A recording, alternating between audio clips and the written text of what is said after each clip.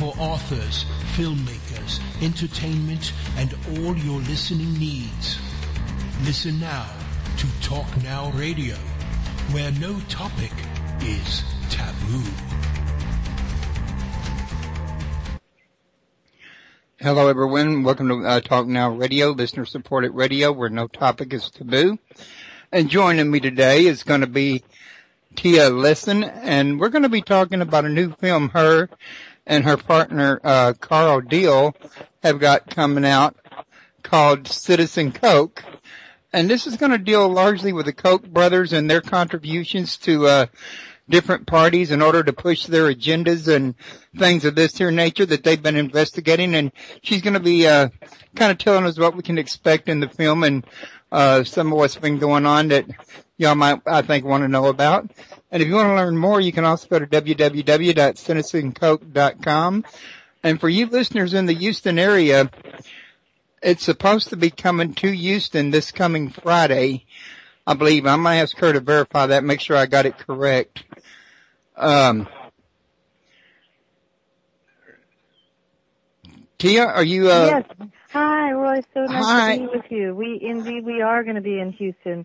We're at the Sundance Cinemas in Houston. And for those of you who don't know, where that is, I can give you the address right quick. Hang on just a sec. That's what it is. You know what? Let me come back to you with the address on that. Okay. Now, I'm sorry I got blanked on you there for a minute, but every time I speak, I can hear myself and my voice sounds fuzzy. Do I sound okay to you? You sound great. You sound great. Okay, there must be something on, might just be something in Skype. Sometimes, Skype gets funny on me. Anyway. And I have the address now for the Sundance Cinemas in Houston. Okay. They're at 510 Texas Street. 510 Texas Street. Now, if you're talking about Cinemark, my son works for them under their Tinseltown banner. They may have more than one location here in Houston. So, It's not Cinemark, it's actually Sundance Cinemas. Oh, Sundance, okay. Exactly, that's right. And that's on Texas Street downtown? That's exactly right. Okay, everybody. Yeah, it's got to be a beautiful theater, I'm sure of that. And there's going to be, hopefully there's going to be a good crowd, and I hope that all your listeners can make it to the showing. I know I personally would love to make it to the showing. I know that there's been a lot going on, and I can tell you from my part of the knowledge that I'm sorry, I keep hearing all this noise, and it's making it hard for me to focus. I was going to say I keep hearing the Koch brothers, they have really, to my knowledge, not been active up until recent years. I don't think they really even had a lot of money to do a lot with it recently, did they? Well, they actually deployed, Charles and David Koch and their funder networks deployed more than $400 million in the 2012 elections. Now, that's a whole chunk of change. Yeah.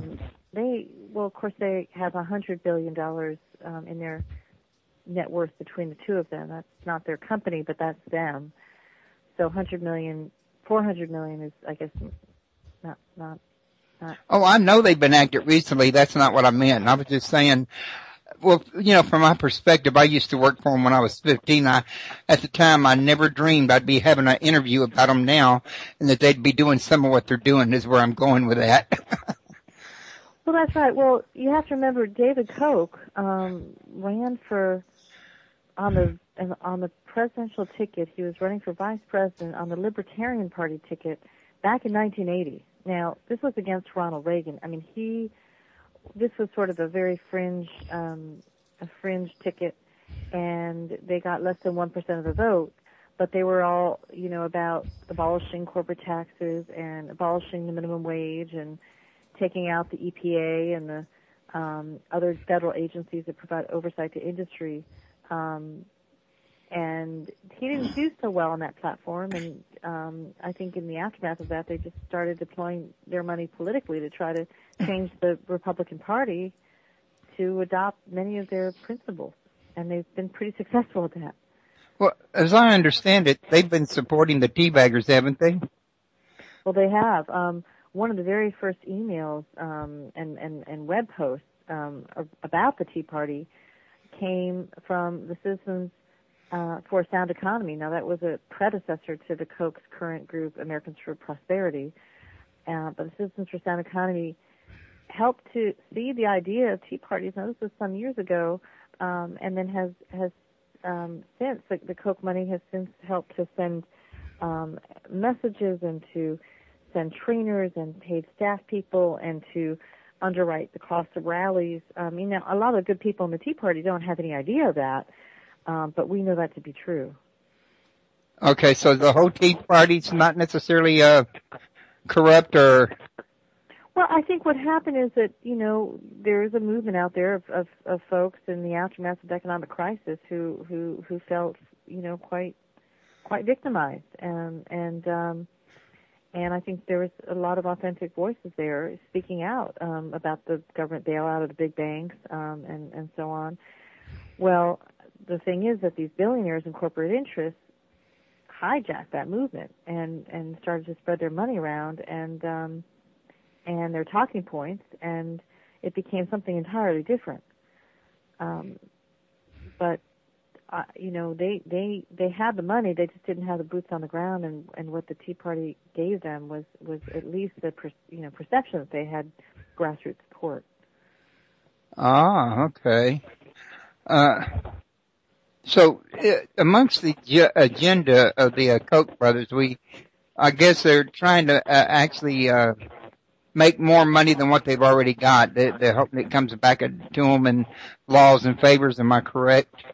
Well, I don't really know what motivates them, but you can follow their activity. I mean, when we started making the film Citizen Koch in January of 2011, they were worth about $50 billion, and that's billion with a B. And that's in 3 years, they doubled that. So, again, I said earlier, they're now worth $100 billion. So they do well at making money. Their fortune puts them together as the richest men in the world, and I would guess that they just, want to build on that. I was about to say it. They sound like they've almost caught up with the Rothschilds. Well, I know, they're certainly well ahead of the, Warren Buffett and Bill Gates, and even the Walton family. So they're doing quite well. But I think that I can't really tell you what is driving them, but it does seem clear that many of the policy positions that they support through directly or through their front groups and are dovetail with their business interests and dovetail with their bottom line. And you know, because you work for Koch Industries, they're a massive conglomerate. I mean, they have subsidiaries, they have refineries, they have pipelines, they have formaldehyde plants, they have the wood products through Georgia Pacific. So they have a whole lot of business interests. They're manufacturers. And I know they used to have a little hole-in-the-wall mom-and-pop like service station joints, a chain of them around town called Koch Marketing that they would their oil company could supply them, so they'd have less cost of doing business. In other words, that's right. And I don't know whatever happened to that. The last one I seen was in Pasadena. Yeah, I don't know if those service concessions are still around or not. That's a good question. They tend to, a lot of the products that they make, they don't have the Koch stamp on them. It's Angel Soft or Brawny paper towels, Angel Soft tissues, but they're very present. You just don't tend to see the name Koch Industries much, except now, of course, in the paper when we're talking about political spending.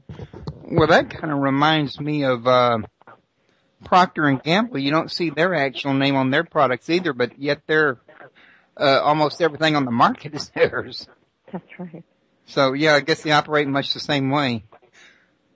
Well, and truth be told, they really don't want their names on their political donations, and that's one of the big problems there with, they don't, they operate largely in the dark. I mean, what we know about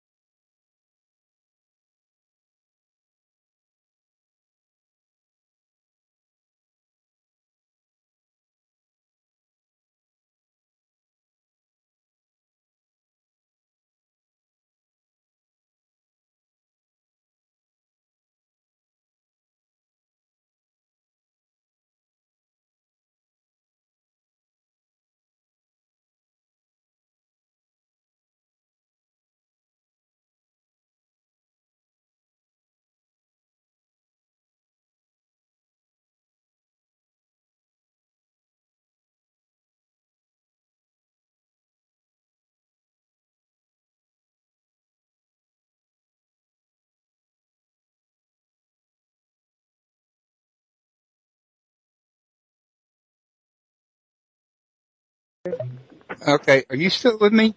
I am. I lost you. Oh, well, yeah, that was my fault. I do apologize. Somebody called in, just now while you were talking, and I went to add them to the call, and I was gonna, let you know they were there, when I got a break in the conversation, and I accidentally, put you on hold and answered them in a different area of the Skype.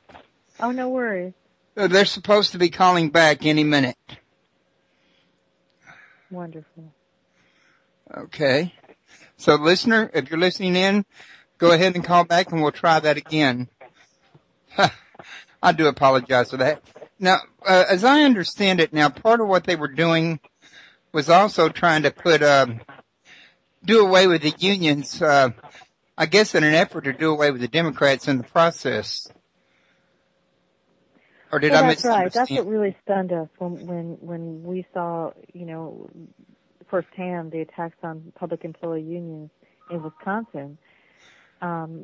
Look, Governor Scott Walker claimed that, he was trying to curb spending and address a fiscal crisis in the state of Wisconsin. But what became really clear was, look, it wasn't the nurses and the teachers and the sanitation workers that caused the fiscal crisis. It was Wall Street. And anyhow, if he had just stopped giving corporate tax breaks, they wouldn't be in that mess.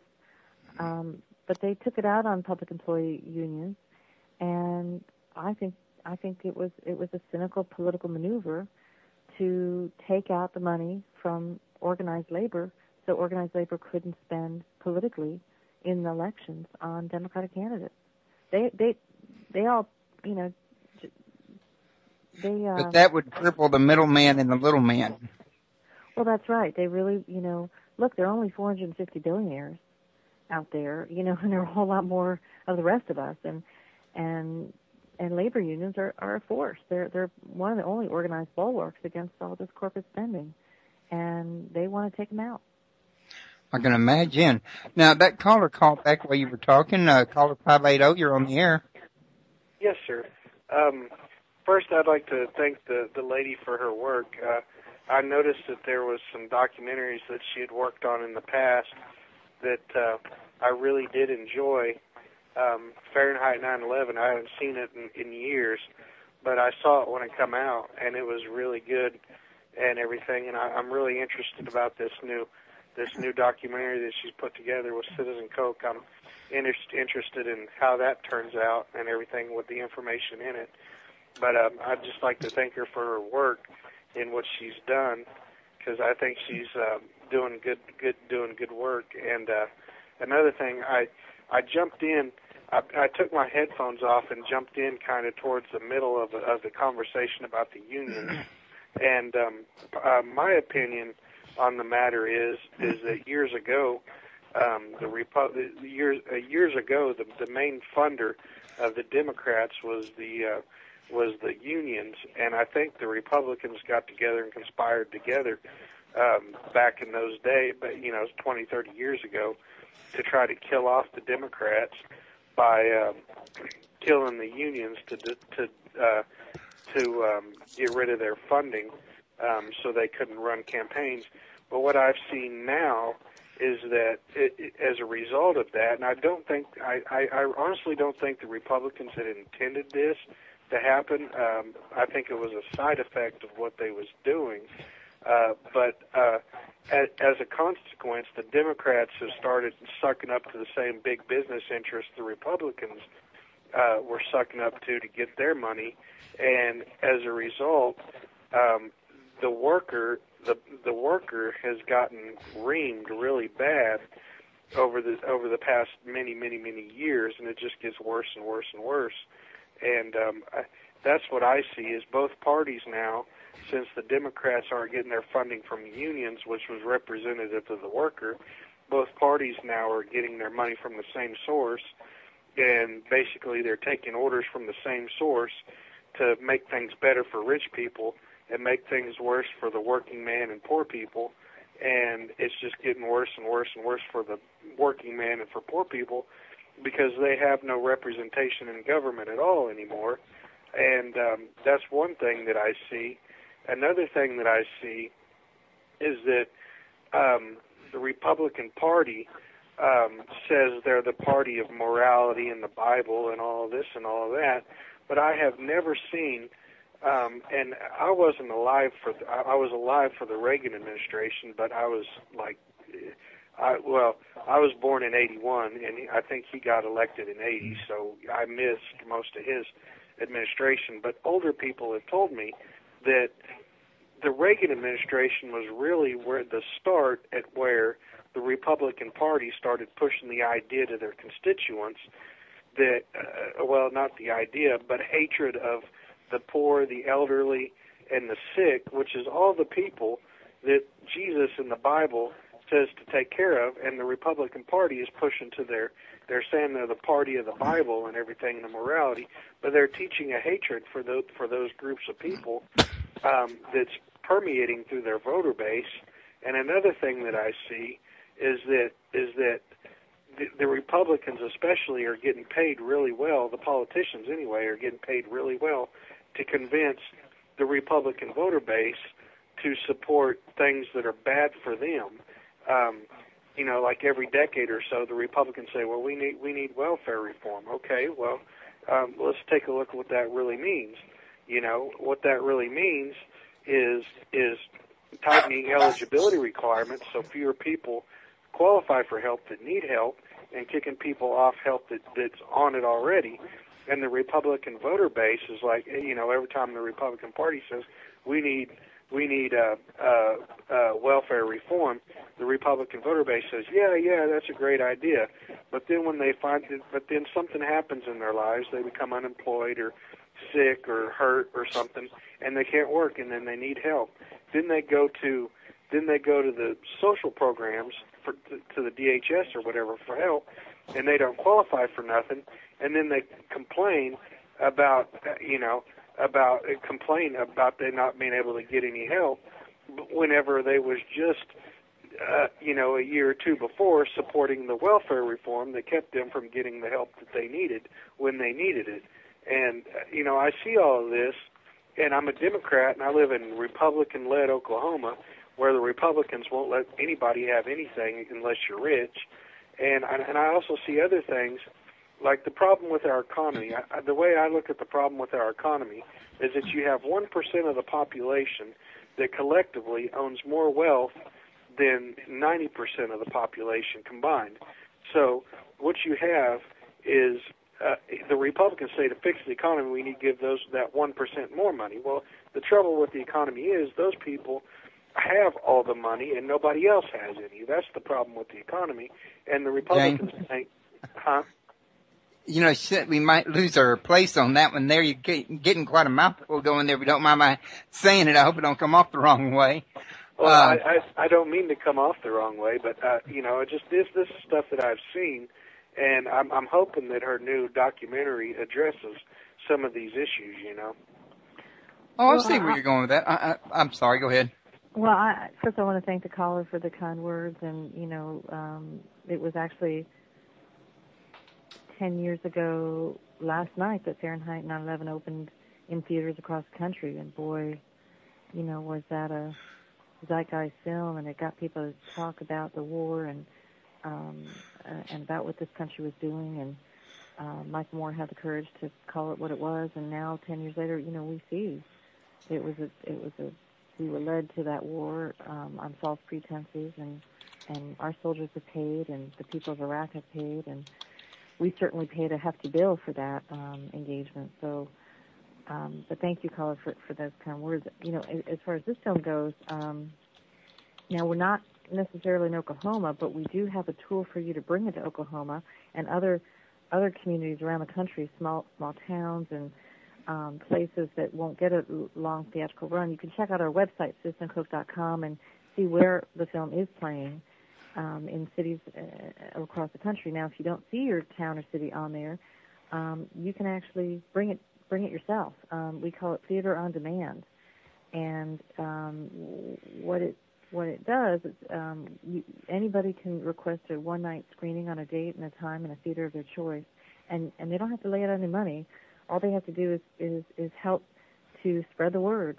And if a threshold number of people, decide to reserve tickets, then then your theater will be reserved for you, and the print will arrive, and all you have to do is show up and pay the price of your ticket. So we're really excited about that because it's just a way for folks all around the country to see this film in the way it should be seen, in the theater before it goes, onto iPads and, Netflix and everything else like that. Thank you for that. I'd be interested in doing something like that, but I don't think where I live it would get very much attendance. I live in a deep red state, and the politics of the film would be more left-wing, so more than likely if anybody did attend, it would just make them mad.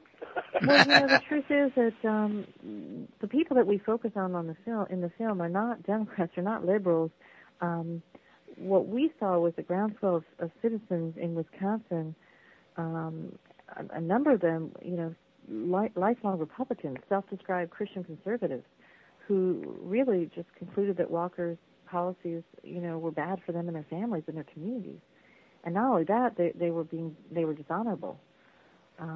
So we feature Republicans speaking their truth to power. They try to fire their governor. In fact, they try to fire their own boss because they're state workers, and they are not liberal people. They're NRA members who believe in right to life, and they're self-described, as I said, Christian conservatives, but they felt betrayed by their party, by Scott Walker, and by that Koch money, which they feel has hijacked their party. And I think that those are voices you don't typically hear. I mean, we certainly don't hear them on Fox News, but I think we ought to, because I think there are a lot of people out there who feel like their party has been taken away. And I think what we're trying to say with this film, it's not a Democrat or a Republican problem. It's a people problem. It's a transpartisan issue. Money, these politicians are on the take no matter, which side of the aisle they're on. And the divide is not Republican-Democrat. It's the people, with the most and the wealthiest, the 1% versus the rest of us. Yeah. Well, I have a solution to the problem, but it'll never be implemented. And my solution is that we'll say that Company A invests $1 million in political campaigns. Well, they should spend half the money, more money. Like if they spend $1 million, they should spend $500,000 on raising wages for their employees, not necessarily executive. Put it in the bill that non-executive and non-family members and to be distributed evenly across all the employees. But so that would take care of a lot of the problem, because wages would go up, and then so it would discourage political donations, really, because every time they made a political donation, they'd have to spend half that much raising on employee wages, and it would discourage a lot of this, crap that we're seeing with big business interests and rich people spending all this money to buy the government and screw the little guy, That's a creative solution. I'd love to see more. Yeah, but the one how do I put this? The one candidate that I was going for in not the election past, but I believe it was the election before that, was Mike Gravel, and he was pushing for, if he got president, that he was going to allow individual citizens to write legislation and then take that legislation before all the citizens, get it out of Congress and put it before the citizenry, and let the citizenry vote on it and take away the monopoly on legislative power away from the politicians, which are abusing it for a meal ticket from the rich people. I think our system could work and can work if we just get this money out of it. The problem is, after Citizens United ruling that the Supreme Court handed down, things are worse than ever. I mean, look, there's always been money in politics, but this is out of control. And so much of this money is untraceable. We don't know where it comes from. We don't know who's spending the money, and we can only guess at some of this. And are you referring to the Supreme Court decision that just went through about 3 or 4 months ago, maybe 6, about where all these PACs got a free ticket on giving all the money that they want to the political campaigns because it was constitutionally protected free speech? Are you referring to that? Well, there have been 2 court decisions. One was in 2010, the Citizens United decision, and that was about outside spending. And that, yes, absolutely, corporations and unions could, for the first time, take money out of their general treasuries and put it into elections. Now, they're not supposed to put it directly into the campaigns, but we all know that these campaigns get coordinated with these outside groups, so it might as well be direct. Now, the more recent decision, the McCutcheon decision, had to do with the direct contributions, and it listed the limits on how much money any individual could spend in elections. It listed the aggregate limit, and both decisions were said to be, upholding the First Amendment and protecting the free speech of people. Though the problem is that corporations aren't people. And the other problem is, why should billionaires and corporate interests have a louder voice and be able to impact elections, more so than the next guy? It just doesn't seem fair. It doesn't seem democratic. I have trouble seeing how bribery equates to free speech. That's what it is. That's what lobbying is legalized bribery. Right. Well, there's lobbying and there's contributions, and the problem is, these politicians then become accountable to the folks that put them in office, not the voters, mind you, but the people who bankroll their campaigns. But the other problem is that there's so many good people that just won't even run for office in the first place because they don't have enough money, or they don't have enough friends with money, and they can't attract. So only the corrupt can afford to get in. That's right. Well, only the people with a good line of BS can get in. If you ever listen to the politicians, they'll speak for an hour and not say nothing. But anyway, I mean, 1 minute, in one speech they're for something, and then next they're against it, and you never know what they're really thinking. So, I mean, whatever, they get to the point where whatever is politically acceptable at that time is what they'll say, regardless of what they actually believe. So, But anyway, I got some food on the grill, and I'll be in and out. So I gotta get moving. Okay. Thank you very much, and I'll check out your documentary. Do check out our website, citizencope.com, and you can actually, if you don't want to organize the screening, you can pre-order a DVD, and it will arrive on your doorstep, the first week of September. Okay, well, thank you. You have a good day, and keep up the good work. Enjoy your meat. Yep, I will. You keep up the good work. Bye-bye. Appreciate it. Okay, that brings to mind a couple of things for me. One of them being that, to ask you, so what the purpose of this film is, or you're hoping to kind of educate people that are already Republican to what's going on in the higher echelons? Well, I don't know that we're trying to educate, people. I think people are pretty savvy to this, and we all know how, money is overtaking our elections. I don't think that's a big surprise. But I think what we're trying to do is take people on a journey into the heartland. Most of the film takes place in Wisconsin, although we have a really nice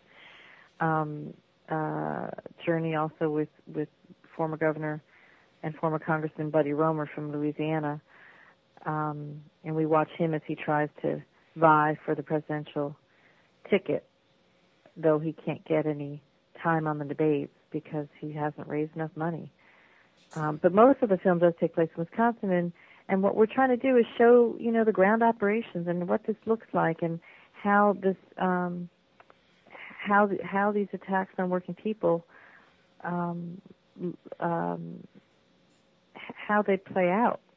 And what we saw was this groundswell of citizens, as I said earlier, rise up against Scott Walker, and I'm talking about, people from the left and the right, and the whole political spectrum, citizens who felt that he, had not campaigned honestly, and then they found out that he had taken all this money, from the Kochs, directly and indirectly, to support his campaign. So there was a sense that they felt betrayed, and they made a move to recall him, and they collected, hundreds of thousands of signatures, and they successfully recalled their governor. I mean, that was huge. And before that, they took to the State House and they occupied the State House. It was extraordinary, hundreds of thousands of people. But ultimately, they weren't able to prevail. They lost that recall election. Scott Walker prevailed, and he did so with a whole lot of money on his side. Now, look, we can't see what that election would have looked like without the money, but we know that he had 8 times as big a war chest as his opponent, and that's just a direct contribution. Okay. So we're not trying to educate people. We're trying to tell the story of what happened in that state, which I think was a test lab for what these guys are cooking up all over the country. Well, that makes sense. It's a nice, quiet little hole-in-the-wall place that don't get a lot of attention. Well, it happens to be a big battleground state as well. So, you hear about it every election, every presidential election. It's a swing state, along with Pennsylvania and Ohio and Florida and Michigan. And that's why it's so critically important. Okay. Now, the other thing I wanted to ask you about was, could you go and tell all the listeners once again, how do they go about requesting that movie in their town? Absolutely. Well, if you go to our website, citizenkoch.com, you'll see the most recent schedule and where it's playing, where the film is playing around the country this summer. We're heading out to the West Coast this weekend, but we're also playing in Houston and Denver and Hartford, Connecticut, and a bunch of other towns across the country. Now, if you don't see your town there, we've set up a really easy way for you to demand a screening of the film in your community, and it's through this system called TUG. We like to call it Theater on Demand. All you have to do is click a button, say you would like to see this film play in your community, and tell us what day, which theater, and what time. And then we'll try to make those arrangements with the theater, but then what you have to do is, get the word out to your friends and to your neighbors and to your coworkers and to your community. And if at least, a threshold number, usually about 40 or 50 people buy a ticket, I'm talking like, regular movie ticket, then that screening is a go, and we can move forward, and you could fill it up, you could organize, a group outing, you can get together with folks afterwards and, go for a beer, but it's a way to enjoy the film in your community, in a theater, on the big screen, and then be able to, have some dialogue and engage with your neighbors about what you just saw. So that's on our website. If you go to citizenkoch.com/TUG, TUGG, we spell it out for you. And again, there's, you don't have to lay anything out. You just, pay for the price of the ticket. So if you know a lot of people that that are in support of the idea, it might be a good idea for you to go there and click on that and see what you can do, in other words. That's right. And we had a screening in a small town in Wisconsin, Sturtevant, Wisconsin, town of 7,000. They sold out their theater, their local Marcus Renaissance Theater. They had about 185 people attend, and we're replicating that. We've got screenings scheduled in Colorado Springs and Chattanooga, Tennessee, and in Cambridge, Ohio, and towns all across the country. Boynton Beach, I think, is doing a screening tonight. And I'm excited about this because it means that anyone could see this film in their theater. Now, of course, again, the film will be available in every which way come fall, but I think there's something powerful about being able to see the film with your neighbors and enjoy a good night out. And let me say this, we've got a lot of humor in this film. It's not just a plate full of broccoli served up to you, warm. I mean, it really, there's some interesting characters. There's some lively conversation. There's some good music. I think it's a good night out. So it's entertaining as well as informative. Well, that's the hope. I mean, you know, why would anyone go to a movie in a theater, you know, to be told what to think? I mean, I don't want to go to that kind of movie. I just don't. You know, I want to see a movie that makes me laugh, that makes me think, that, you know, takes me on a journey, and, you know, so that's certainly what we tried to do with Citizen Koch. Yeah, I think a lot of people hear the word documentary. That's the first thing that comes to their mind is there's another group wanting to tell me what I should think about a certain thing. Yeah, no, and I don't think, you know, look, it's sort of there's so many films like that, you know, you just don't want to pay for the price of admission. You don't often want to tune into it on free TV either. You know, that's not this film. You know, this film is edgy and it's engaging, and like I said, we bring you to, you know, real people in the heartland who have a whole lot of things to say. It's not our voices we're trying to amplify. You know, it's the good folks there in Wisconsin who feel they've been betrayed, and they're doing something about it. Well, do you guys have any hopes of what this film you'd like to see it accomplish? You know, if a film like this can get people talking, that's the ultimate thing, you know. Because I think so many of us are feeling hopeless and feeling disconnected and feeling alienated from our political system for good reason. And I think, you know, we hope that this film will help, you know, engage and re-engage people in our democratic process. You know, we need to vote. We need to run for office. We need to force some change so that that people won't be less important in the electoral system than corporations. But look, I think also, you know, the first thing I want is for people to have a good night out and to be on a journey and to be moved by the film we made. Moved to laughter, moved to tears, whatever it is, but, you know, move. Right. Now, after a time period has expanded, it's going to go to Netflix and then to DVDs. Is that correct? Well, it's going to go everywhere. I mean, it will go wherever you find, you know, films out there. We'll try to be there, you know, on every platform. So pretty much basically, after, you know, it's done its time in the theater and Netflix, whatever, if people want to take and get a DVD and, you know, have it in a board meeting of some kind for their group or something, it would end up being pretty ideal for that as well. Oh, absolutely. You know, if you want it in your town council, or if you want it in your local high school or your public library, you know, that it's available there too, or just want to your local church. Home. Absolutely. Have you had any interest from the left wing side? Well, I think that, you know, there's been interest. Interest in what way? Let me ask you. I mean, a positive kind of thing. Because, I mean, I know when I was watching the actual trailer, it did appear like some of the Republicans were, they were downhearted with the Republican side because of the teabaggers, in other words, and they felt like they were betrayed from their own party, or by their own party. Right. So, I was just wondering if you had some positive feedback from that.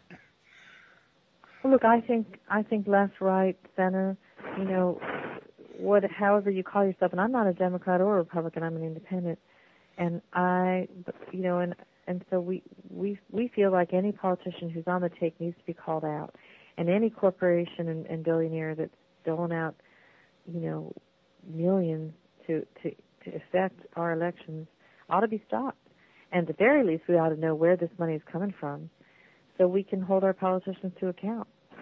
So again, yes, I think we've had different kinds of audiences. We've been showing this film moving around the country, through the Midwest, and up and down the East Coast and in the Southwest, and I think audiences of all stripes are coming out. Well, I think you hit an interesting point. I mean, it really doesn't matter if it's the left or the right. I mean, either side can turn corrupt at any given point in time. I think probably what's more important than whether it's left or right would probably be what kind of checkpoints do we have in place to deal with the situation, wouldn't it? Absolutely. Now, they deregulated campaign finance, just like they deregulated the banks, and I think having some checks and balances is a good thing, but apparently, the Supreme Court doesn't agree with me on that. And in the end, who would need to? Where would somebody need to go if they wanted to try to change some of this here? Say like lobbying and some of these campaign contributions. They saw what it was doing and they wanted to make a change. What would you recommend to these people? Well, if you look on our website, LissinCoke.com, we have a button it says Act Now, and if you press on that, you can connect to a whole lot of different groups on the national level and local level that are working to make change around campaign finance, around big money in politics, and to really get people engaged in the electoral process. So I recommend you go to the website and check that out, and we're adding new groups every day, and if you work with a group and you think it ought to be there, drop me a line. There's a contact button at the very bottom of our website, and get right to me, and I read every one of those emails. But I think I'm inspired by the number of folks that are working on this, either out of their church basements or, in fancy offices in the nation capital. I mean, there are a lot of people who are working, trying to put resources into this issue and make change happen. And so it's pretty easy to connect to one group or another. Well, can you kind of give us some idea what some of these groups that you got on this place you're just now talking about, what are some of the things they are doing to try to help make a change? Well, there's a movement called Move to Amend, and they're trying to create a groundswell across the country in favor of an amendment to the Constitution that would clarify that the First Amendment applies to people, not to corporations. Very simple as that. So they're trying to pass the 28th Amendment and demand that Congress overrule the Supreme Court.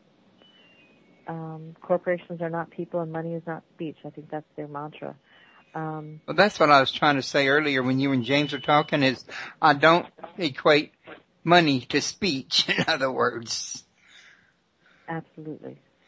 Sorry about that, interrupting, but go ahead. Well, that's right. You can just go directly to your member of Congress. So the Move to Amend is doing this locally and on the state level and passing resolutions in support of this We the People Amendment. But you can also go directly to your representatives and say, we need to overturn Citizens United. We need to also push for a constitutional amendment to overturn the Supreme Court case, and their logic is wrong. And so you can click on our website and get directly to your congressperson, your senator, and let your voice be heard. I guess really, in the end, whether corruption, is the high reigner or honesty and justice is, really has a lot to do with the actual individual and the voters themselves, because it depends on who gets more support, doesn't it? I mean, if honest politicians got, more support, then they'd be able to get up there and do something good with it. If dishonest ones get more support, well, they have the toehold to do it, in other words. Well, yeah, I think you're right. I think that's why they're spending so much money, because our vote is pretty powerful, and we have a whole lot more votes than they do. And they're spending a whole lot of money to change our votes or to keep us from voting in the first place. So I think that makes me optimistic, that we do have a power in the system. We just have to exercise it. And we also have to learn about those companies and prominent individuals who are influencing the political system, and make sure that, we at least know, if we can't get their money out of politics, we know who their support is going to, and maybe what the policy, what the policy impact is, if so. you can actually go to our website. There are a lot of different groups like followthemoney.org and the Sunlight Foundation and Influence Explorer that will tell you very clearly and directly how much direct contributions your politician's gotten. And I think that's important because we can make some decisions, some informed decisions, based on that information. It's not the be-all and end-all because there's so much money that's not disclosed, but at least we can follow the money for that money that we do know gets spent. Right. And then vote accordingly. Well, if you do find out who, like say the Koch brothers, are doing this, and you know that they make a lot of their products on certain things or money on certain things on markets on the product, wouldn't it be helpful to just boycott their products? I know that there, is probably there are some groups that are advocating a boycott of co-products, but and certainly I think hitting a company in its bottom line is an effective way of speaking out. But I don't know. They have so many products that aren't even on the shelves. Do you know what I mean? They're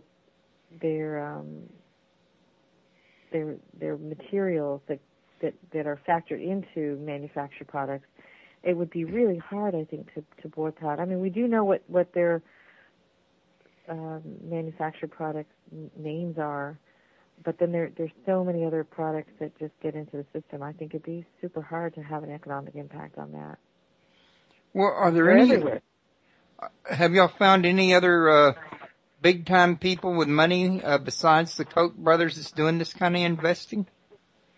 Oh, absolutely. Well, the major oil companies, the major pharmaceutical companies, and the major banks, have been doing it for years. Well, they don't always do it directly because they don't want the blowback. They don't want exactly what you're referring to, what you're suggesting, which is a boycott. They want to do it sort of under the radar, and that's why they use these 501c3, C4 political front groups to hide their spending. But corporate America has been doing that for years, and they will continue to do that, and we won't know much, about that until these laws change. Yeah, I was about to say, is there some way to push a law to where they have to reveal who their funders are? Well, and that law was in front of the Senate. Not one Republican senator would vote for the Disclose Act when it was up there, and all they needed was one Republican senator to vote yes. And that act would have forced this kind of disclosure that we so desperately need to make informed decisions as an electorate. So I think we're going to have to wait till another Congress and possibly another Supreme Court before that kind of legislation gets enacted. Well, that makes sense. So now that we're about to wrap up here, don't want to let you escape before I ask you this here at least. What you got down the road in mind for your next film? Oh, well, you know what? I'll take some suggestions from your listening audience.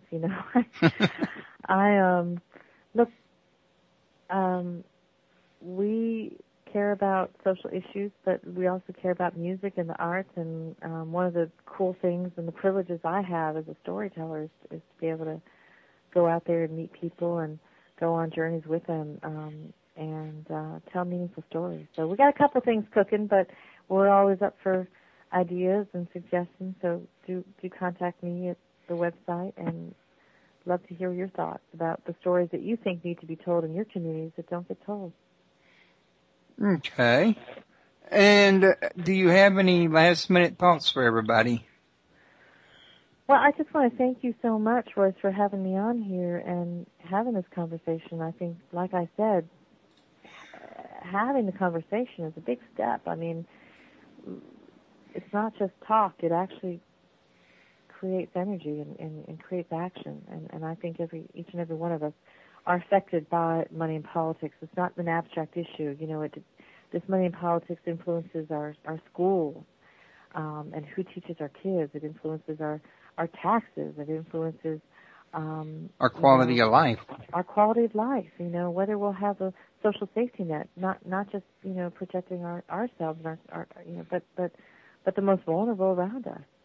And the air that we breathe, the water that we drink. I mean, it's it's so important. And I think that we all need to get engaged with the system, and because I think the worst thing that can happen is for people to feel like, oh man, just sick and tired and fed up and dropping out. I mean, I think that's what these powers want.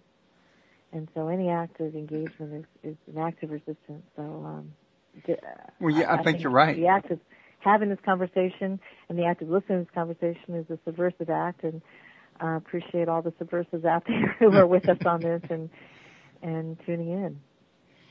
All right. I was just going to say, I think you're right about that, because I've talked to numerous people and I've seen numerous posts on Facebook, and there's a whole world of discouraged people. And when you start asking them about doing anything, everybody says the same thing.